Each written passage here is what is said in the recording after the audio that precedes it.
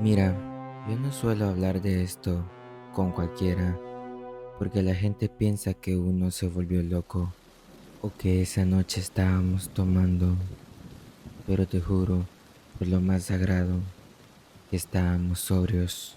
Éramos cuatro en el coche esa noche de noviembre del 66.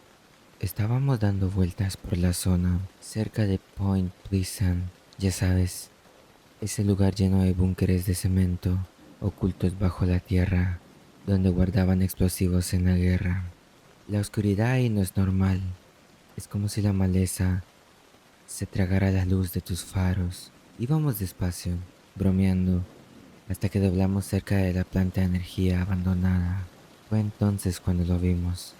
Al principio, mi cerebro intentó convencerme que era un hombre alto, tal vez alguien con una gabardina gris muy larga, caminando por la orilla del camino. Pero cuando los faros le dieron de lleno, se me heló la sangre. Aquello no era un hombre, era una mole de casi 2 metros de alto, de un color gris ceniza que parecía absorber la luz. Lo que más me dolió ver, lo que todavía se me aparece cuando cierro los ojos para dormir, fueron sus ojos. No tenía una cabeza definida como la nuestra. Esos orbes rojos estaban incrustados en lo que debería ser el pecho o la base del cuello. Eran del tamaño de platos y brillaban con una intensidad hipnótica, como brasas de carbón que se encendían desde adentro. Nos quedamos paralizados. El motor del coche parecía un ruido lejano. Aquella cosa extendió unas alas que ocupaban todo el ancho de la carretera. Unas alas que no tenían plumas, sino que parecían cuero viejo y polvoriento. Cuando mi amigo finalmente reaccionó y metió la marcha atrás, esa cosa no se asustó. Dio un salto antinatural y empezó a seguirnos. No volaba como un pájaro, se elevaba verticalmente, rígido, y luego planeaba sobre nosotros. Íbamos a más de 110 kilómetros por hora por esas carreteras de mala muerte, y el bicho estaba ahí, justo detrás del cristal trasero, mirándonos con esos ojos de fuego. No emitía ningún sonido de aleteo, solo un chirrido metálico, como si el mismo aire se estuviera rompiendo. Sentí una tristeza absoluta, un frío que no venía del clima, sino del alma. Cuando llegamos a los límites de la ciudad, simplemente se elevó y desapareció en la negrura. Esa noche supe que el mundo es mucho más oscuro de lo que nos cuentan. Yo trabajaba en el turno de tarde en aquel entonces. Cruzaba el puente Silver casi todos los días para ir a mi casa, pero esa semana de diciembre del 67, el ambiente en el pueblo estaba rancio. La gente hablaba de avistamientos, de hombres de negro caminando por las calles y de una sensación de que algo malo iba a pasar. Yo no creía en cuentos de camino hasta que me tocó mirar hacia arriba.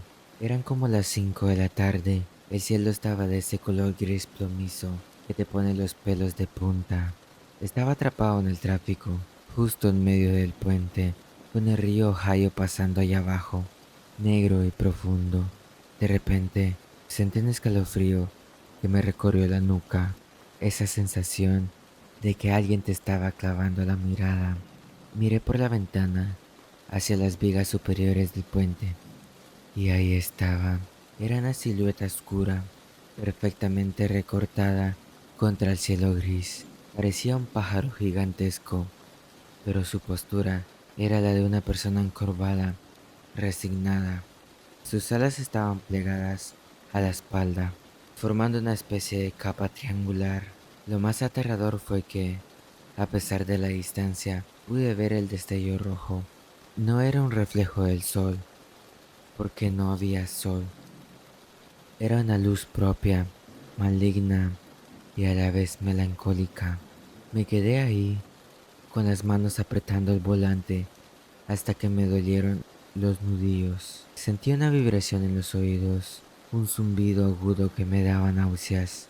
La criatura no se movía, simplemente vigilaba el puente, como una gárgola de carne y sombra esperando el momento exacto. Unos días después, el 15 de diciembre, el puente se vino abajo. Yo no estaba ahí ese día, por puro milagro de Dios. Pero cuando vi las noticias y escuché que algunos sobrevivientes vieron a esa misma figura elevarse de los escombros, mientras la gente caía al agua helada, entendí que esa cosa no era un monstruo que venía a cazarnos. Era el heraldo de nuestra propia destrucción. El hombre polilla no causa el desastre. Él es el recordatorio de que el desastre ya está aquí.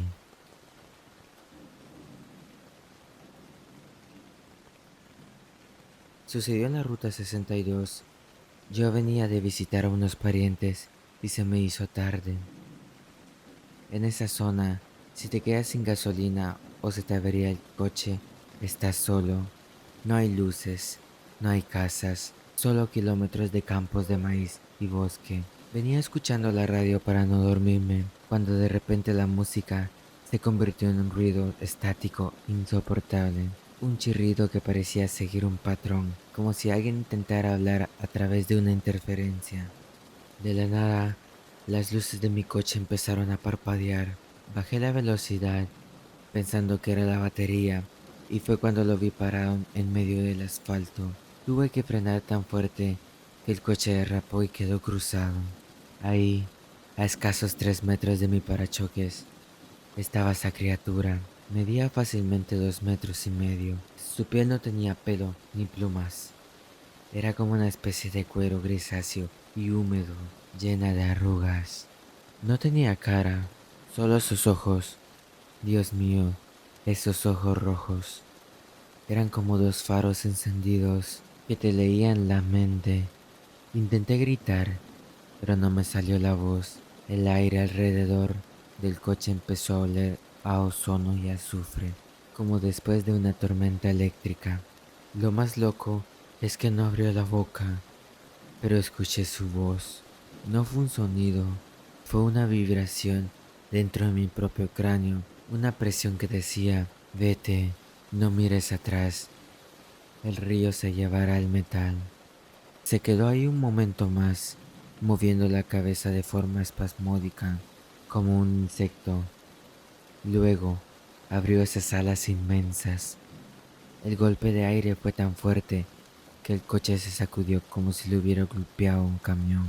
Se lanzó hacia arriba, sin esfuerzo, desapareciendo en un segundo. Me quedé temblando, con el corazón queriendo salirse del pecho. Estuve sentado en el silencio de la carretera, por lo menos media hora antes de poder mover las manos para arrancar el coche. No sé qué era, si un ángel, un demonio o algo que simplemente no pertenece a nuestro tiempo, pero sé que desde ese día ya no le tengo miedo a la oscuridad, le tengo miedo a lo que se esconde en ella para avisarnos de que el final está cerca.